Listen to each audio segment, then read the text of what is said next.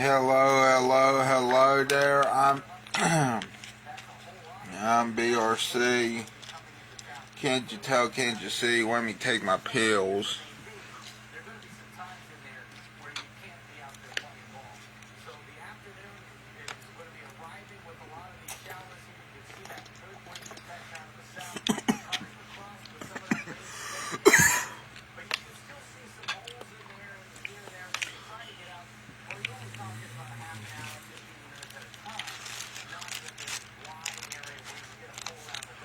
You want to know something?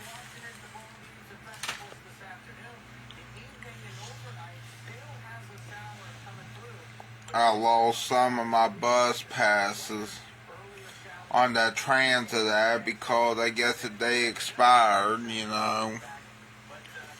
But don't worry, I still got 4-1 ride passes.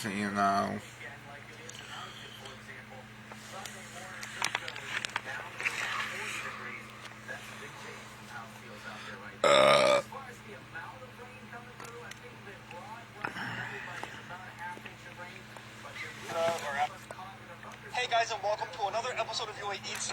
I'm UA, and as you guys can see and probably hear behind me and around me, I am in Times Square here in New York City. As you may know, here in New York, You know what though? If I go to a big city like New York, which I'm pretty sure I won't in my 20s, but if I do end up going, let me tell you something. Right now, the cities I want to go to is Charleston and Huntington. Especially Huntington because, well, number one, I haven't explored all of Huntington. And also Ashland, even though Ashland I think is a town. But I had to check. So anyway, I'm trying to think of a new program to create for you all.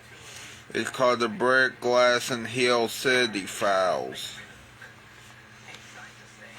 Because I couldn't call it the Brick and Glass Jungle, files.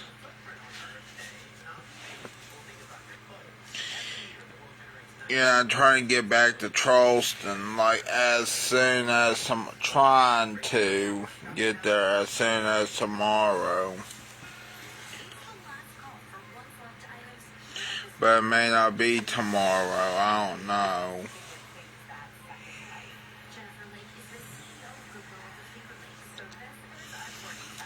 Anyway, back to the video.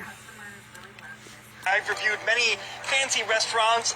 All this fancy food, it kind of wears on you after a while, and you do kind of get tired of it. I do kind of get tired of it after a while and want to review something more down to earth. And what could be more down to earth than perhaps New York's biggest tourist trap, smack dab here in Times Square, well, not in the middle, but maybe towards the edge, the Times Square Olive Garden, which for some reason is one of the most iconic restaurants in New York City, which I never really quite understood that. I never understood that because I feel like Olive Garden is everywhere. They have Olive Garden pretty much all over the whole country and probably in most countries around the world at this point. Correct me if I'm wrong there, but I feel like at least in America, there's probably an Olive Garden near wherever you live. So I'm not really sure why the Times Square one is so iconic. Maybe a lot of foreign tourists, maybe they've never had Olive Garden before, so maybe that's why it's iconic. But anyways, the reason why I wear out Olive Garden is because Olive Garden right now is running a really, really good promotion, a really, really good deal.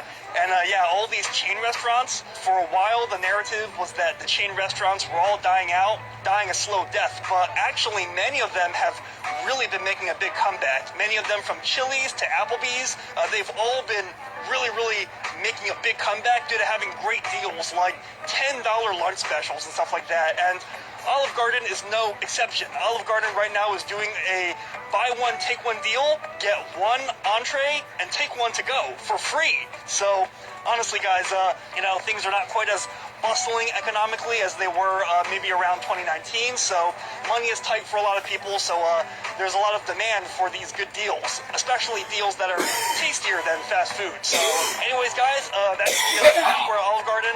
I always found that their marketing was kind of interesting. They were like, when you're here, your family. Do they still do that marketing? I don't know if that was just like a 2000s thing or if they still do that, but it's like, hey guys, it doesn't matter who you are. If you come to Olive Garden, you can be family for one day as well. Doesn't matter if you're Asian or something, you too can be an Italian for one day. So yeah, looking forward to my transformation. So anyways, let's go eat because I'm starving. I don't know, guys. I know Times Square is super touristy, but I still think it has a very unique charm. It is true that I don't think there's really anywhere in the world like it. Oh, okay, thank you. I love to be at Piccadilly Circus. I heard. Walk in for one person? Yes. Here, head upstairs, you'll get seated. Oh, wonderful. Fun.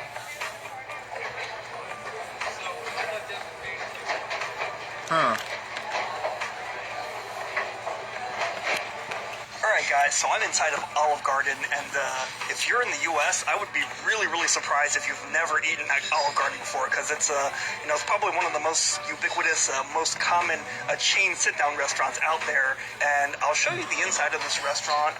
Honestly, this place is packed. I'm sure most of these people are tourists. I can't imagine there's too many local New Yorkers coming here to Times Square.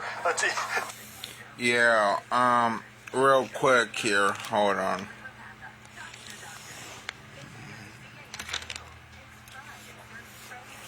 I've been to an Olive Garden, sorry, I'm eating too. To eat at Olive Garden, I mean, there's lots of wonderful and authentic Italian restaurants in the city. Interestingly, that one thing that I always found was cool about chain restaurants is that they can really recreate the same vibe at every single one of their locations, and I definitely give them credit for that. Like, no matter where you go, you're getting the same experience. Doesn't matter if it's New York City, could be like I don't know, like Tokyo or something. You're getting the same Olive Garden for the most part, I think. Well, I guess in Tokyo maybe they have like a localized menu more suitable for Japanese people, but I think the decor is usually the cookie cutter exactly the same. And yeah, also here at the Times Square location, I just want to show you that I'm seated right by the window. It's just for me. Maybe these seats here are just for one or two people. So here I have a view of the street. That's actually exactly where I was filming my intro there, right there, with Times Square behind me. So, I guess maybe if you're seated further in a different part of the restaurant, maybe you have better view. Here I don't really have much view of Times Square, just really the outskirts, unfortunately. But, man, it's so nostalgic eating here. Let me show you the menu real quick. And, yeah, I mean, growing up in suburban New Jersey, whenever we would come to Olive Garden, it felt like such a treat. And especially growing up, I didn't really eat a lot of fancy food growing up, and the food that I ate at home tended to be Chinese food. So I think Olive Garden was a special treat, and for a long time, I thought Olive Garden was authentic Italian food.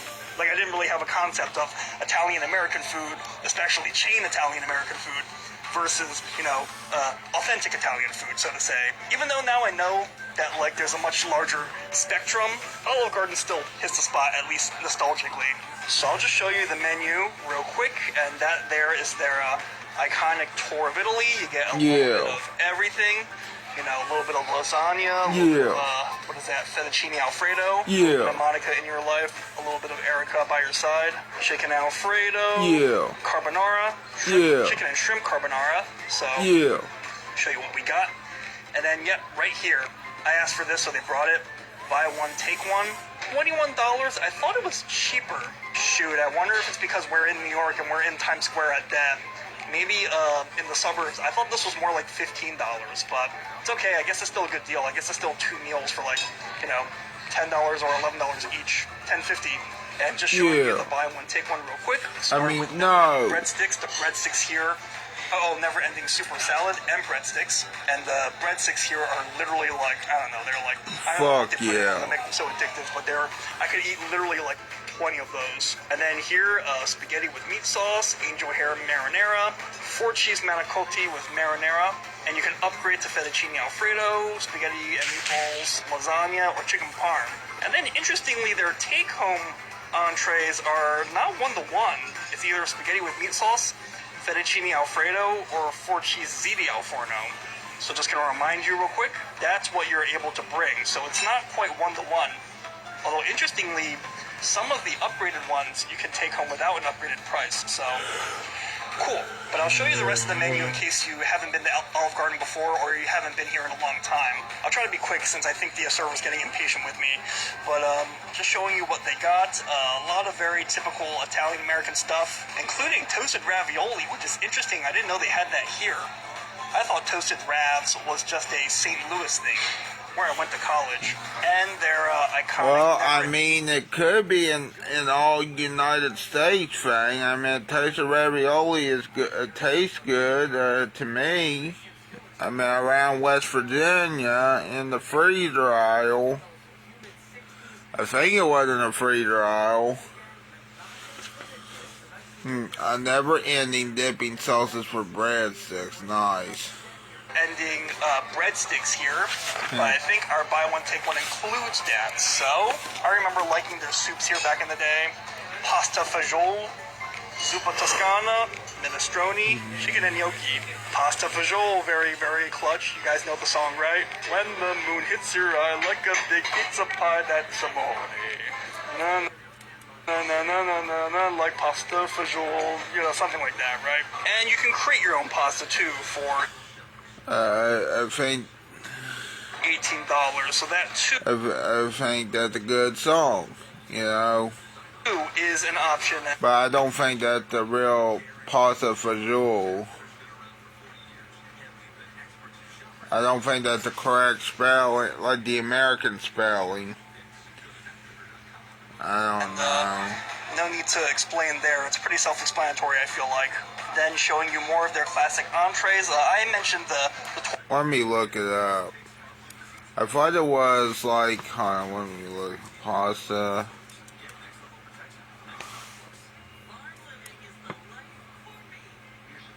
Oh, well, maybe it is. I don't know. Pronunciation.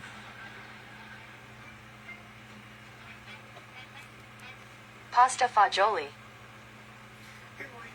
Yeah. Then one of them was...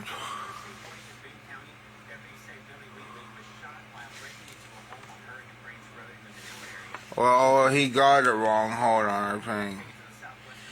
It was pasta fagioli instead of pasta fagioli. Pasta fagioli. See, he got it wrong. But I guess there is similarities, I guess. But here's the good thing, though. I think they're about similar because right here both mean pasta with beans and, you know, the rustic-hearty dish, a soup. Pasta fagioli in the U.S. and pasta fagioli everywhere else. Ew.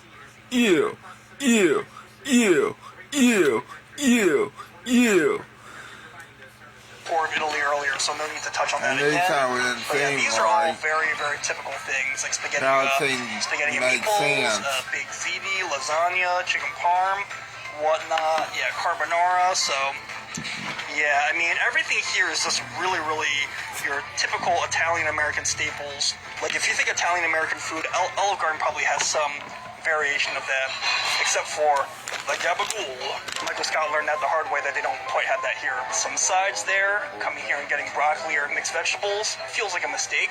And then lunch options, where I'm not doing the buy one get one, I may have done one of these. So these are all lunch specials that are decently priced, but not quite as good as like $10 per meal, like the buy one get one. So all solid. Some desserts there, tiramisu.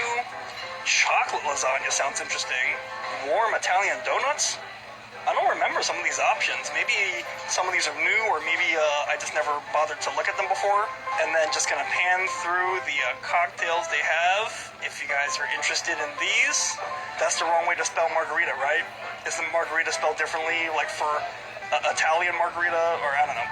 Never mind, I'm confusing myself. It's because it's a Mexican-style drink. So, and they even have sangria and stuff. So, anyways, guys, let's order. This is the way to go. $21, still a good deal. even if I feel this is more expensive than in the burbs. I guess I'll just decide when she gets here which one of these I'm going to get. So let's order. All right, I'm going to do this buy one, take one. What would you like? Okay, so I'll do manicotti. Yeah, 4 cheese manicotti. 4 cheese manicotti. I'll do a soup, not salad. What soup would you like? I'll do pasta fagioli. Got it. And then do I pick to take home one now or later? Okay. I'll do Please chill. that's okay. Alright. I'll do fettuccine alfredo. Fettuccine Alfredo, you got it. All right. Can I get a glass of water also? All right, guys. So our food has just arrived. They actually brought it really fast. I was flipping through my phone and I didn't notice they were bringing it. But we got our unlimited breadsticks and the soup. So that's the pasta fagioli, and it looks quite excellent. I mean, you know, not even good for a chain. I mean, that actually looks like a really delectable soup. Maybe this Times Square location is iconic because it's better than most locations. I feel like I've had this before, and when I've had it at other locations, I feel like it's been more watery. So this is actually looking quite chock full of ingredients and you know, looking very hearty, if I gotta say so myself.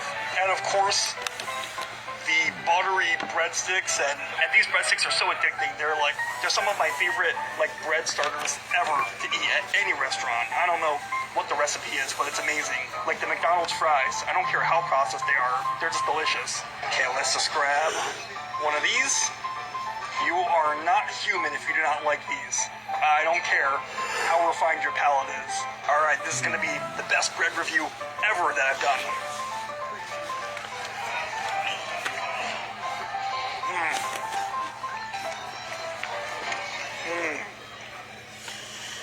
So good. Always hits a spot.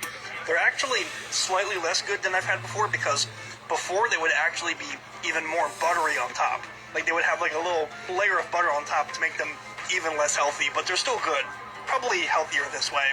Even without that like gratuitous layer of butter on top or melted butter on top, they're buttery. Like the butter's just like kind of not just on top. Like it almost tastes like the butter flavors like infused within it. And maybe it's mostly on top, but they just taste buttery. That's all I'm saying. They have like some pieces of salt stuck on them, like some kind of like bigger salt crystals, almost kind of like finishing salt. But you know, I'm sure they just come pre-packaged like this. I'm sure these are just taken out of the bag and just being like heated up. I'm like almost positive, but regardless, it's a wonderful processed recipe that they got going on at their Olive Garden factory. They're soft and fluffy. The shape is fun to eat too, like when they're like long like this. Like the shape makes them like very easy to eat. Like every bite is like, you know, a perfect bite, so to say. Like as opposed to like breads where you really have to like shape them into your mouth, so to say. I don't know if that makes any sense, but you always get like a good angle of attack with every bite. I also like because of its shape that you can dip them in the soup. So, guys, can you tell that I have an affection for Olive Garden, at least some nostalgia? No matter how many fancy restaurants I eat at on this channel, I will never be above going to Olive Garden for the rest of my life. Time to try the soup. And to be honest, I feel like the breadsticks and the soup and the salad are the best part here. If I can be honest, the pasta themselves are kind of mid, if I remember correctly. So the best thing to get here, if there's no buy one, take one, I think is the unlimited bread, salad, breadsticks. It's all about the soup here and the breadsticks.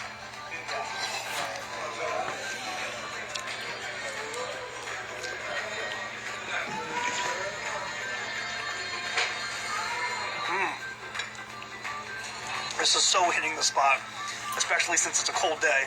The soup, I think, is less good than the breadsticks. It's a very good soup, chock full of a lot of ingredients. The tomatoes don't taste too great, actually. It has a tomato flavor, but the tomatoes almost taste a little bit like canned, I would say. Like, they kind of have like that dull, like, sort of like almost slightly bitter canned flavor, so it's all good. I mean, let's not kid ourselves. You know, it's not like they're going to be using like some high quality San Marzano tomatoes or anything here. All the other ingredients kind of nice. I mean, look at this. Big pieces of beans in this. The ground beef in it tastes nice. Like the ground beef is not too dry. Like I hate when they like overcook ground beef in like chilies and beef stews, and the ground beef is like eating like pieces of chalk, like bits and pieces of like dried chalk. The ground beef actually tastes relatively moist in this case and a little bit oily. I like the pasta thrown in, as well as some a different variety of beans, so that in every bite you kind of get some different flavor. Honestly, for what I'm paying, chain restaurant, very, very pleased with this soup. So, like I said, I could come here and just drink the soup and eat the breadsticks. Wow. And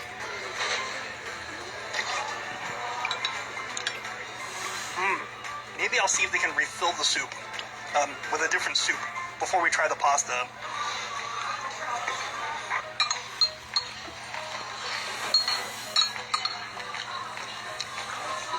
I demolished one soup already. Let's get one more. Can I get another soup? Yeah, you got it. Can I get a different one? Yeah, Was there like a sausage one or something? you got it. Oh, okay, sure. Looks like there's another vlogger down there, it looks like. I see by the little, yeah. Looks like it. Wonderful. Thank you. All right, we have our second soup here. I forgot what this one was called. Yeah, this one's got sausage, it's got potato in it. Yeah, if you guys remember, let me know. But that's what's kind of cool about, never-ending soup, because you can try all the different soups, you can mix and match them, and change up the flavor profile a little bit. And, yeah, this one looks a little bit more oily. Might go better with the bread to dip it into. Yeah, kind of like doubling down on the oiliness, butteriness of the bread, right?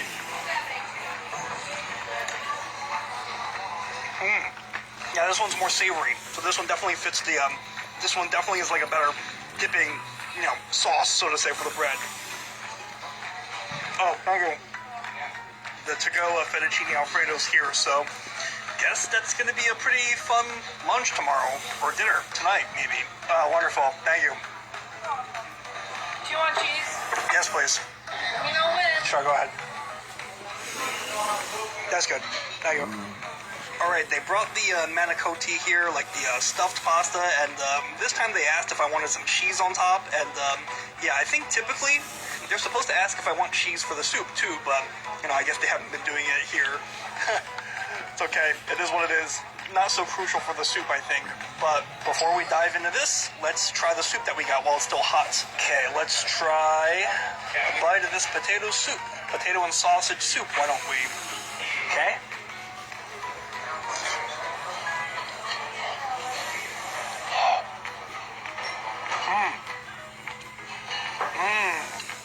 The soups are really good here.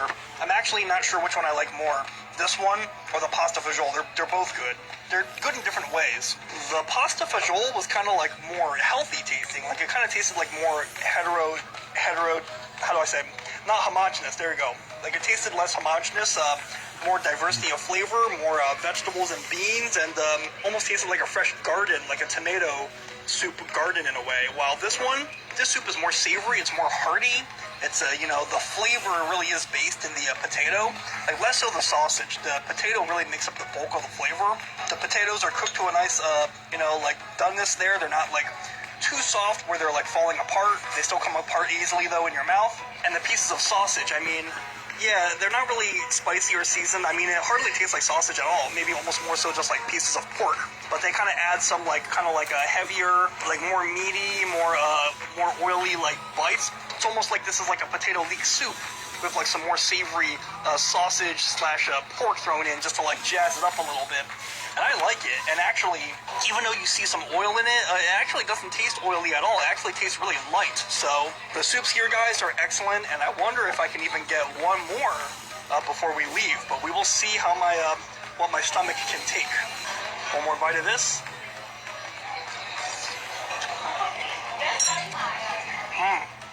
Actually, that piece tasted more like sausage, a little bit more, kind of had that smoky, almost nitrate-y sausage flavor. So I guess it depends. Maybe that was just a bad piece, the first piece. And now, guys, it is time for the main course, the manicotti. My understanding is that these are basically like Italian enchiladas. They're stuffed and covered in a sauce. So, yep, see, look, once we dig into it a little bit, we kind of see that they're separate tubes as opposed to one consistent layer like lasagna might be. So let's try a bite of the manicotti, why don't we? Yeah, looking like some pretty nice cheesy filling.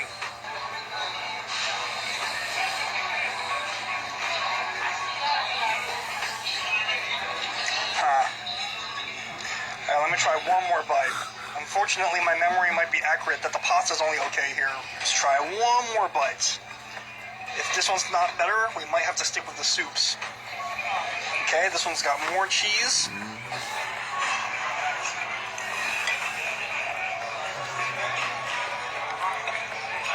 Yeah, it's very not great. I might even need to, you know, cleanse my palate with the soup, get some of the aftertaste out of my mouth.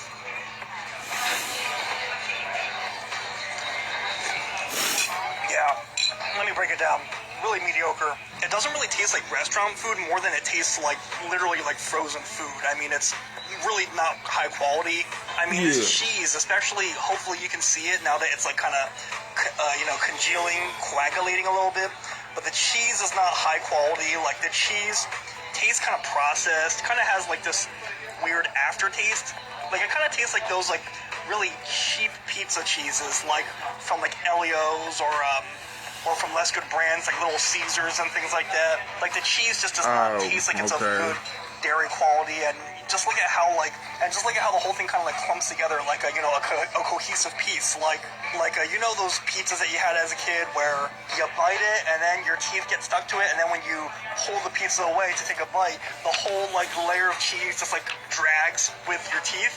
I feel like that just kind of comes down to like low dairy quality. The sauce too just has like a really, I don't know, like sort of like a bitter taste, like a very cheap processed taste, like a canned taste. Sometimes it even tastes like kind of ketchup-y. It just tastes like a really artificial, cheap, like a pre-made sauce, like from like a can or a bottle or something. And that also gives you like some sort of weird aftertaste. It's really unpleasant. The pasta itself, I don't know. I mean, not really. Also just tastes like the kind of pasta that you can get at like the grocery store, and not like a good one, like, you know, like generic brand like ShopRite boxed pasta or something. The filling might actually be decent. I mean, I'm not really sure, because everything else, like on top, kind of like adds like a weird flavor to the whole thing. I almost hardly even taste the filling, so maybe the filling's actually okay, but I don't know. Something tells me that the filling is also, like, the flavor's being masked, and I bet if I could even taste it, it probably is not the best quality either. Let's just try a little bit, why don't we, just on its own? Why don't we?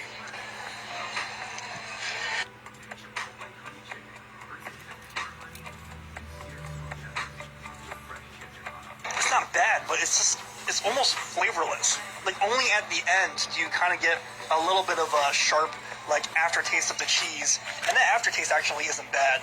It's not strong at all, and it doesn't really have any flavor almost, except for that aftertaste at the end. So, I don't know, guys. I wanted to like it, but unfortunately my memory still rings true. The pasta here ain't great. Yeah, I'm not really gonna waste too much stomach on this, and instead I'm gonna eat more of the soup and the salad. Makes me a little bit less excited about my fettuccine alfredo leftovers. Oh well. So we're gonna eat more and share final thoughts outside. Hey guys, so anyways, I want to share my final thoughts on Olive Garden, and actually I did share them outside the restaurant, but I seem to have lost the footage, so sorry about that. Anyways, now as for Olive Garden and the, you know, buy one, take one deal, I felt like it wasn't really perfect. I felt like the pasta was really not good at all, if I can be honest, but the soup's good, the breadsticks great, just as I remembered, and it's amazing that you can drink as much as you want, drink as much of the soups as you want, and eat as many breadsticks as you want. I definitely made sure to, you know, refill those and get my money's worth. And I will say that actually, originally, I was prepared to give a less rosy conclusion because the pasta really was not very good. But the one that I took home, the fettuccine alfredo, now, sure, was it a great pasta? No, it was not like amazing, but it was good. It was definitely pretty good and definitely worth the price. So I would say that overall, guys, I thought that Olive Garden, this buy one, take one deal, really, really good deal. You get so much food. And even in Times Square, like, I was paying more than most Olive Gardens. Like, there it was like 20 bucks, and I'm pretty sure at most locations it's 15 bucks, but even 20 bucks. Honestly, guys, really, really good deal. It's really hard to complain too much when it's such a reasonable price. So, yeah, I mean, unfortunately, this buy one, take one deal is not permanent. It's just for another, you know, week or two, maybe a couple of weeks. But, guys, it's pretty sweet, and if you like good soups, then I think they'll enjoy it. But anyways, guys, that's going to be it for this video. So thank you so much for watching. And what do you think about Olive Garden? Do you think Olive Garden is a pretty good chain, or do you think that there's better ones out there? And what do you think of this buy one, take one deal? Let me know in the comments, because great minds eat alike. And as always, if you like my vids, like and subscribe. That way you stay up to date whenever I post another video. So anyways, guys, I'm actually on my way to film another video, and I think you guys are going to like this one. So until next time, I'll see you later.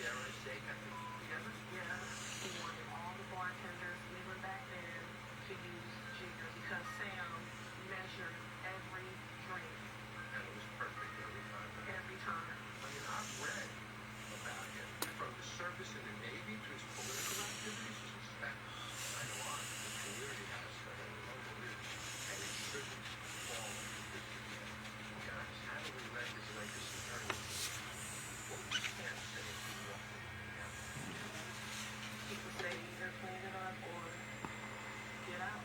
First of all,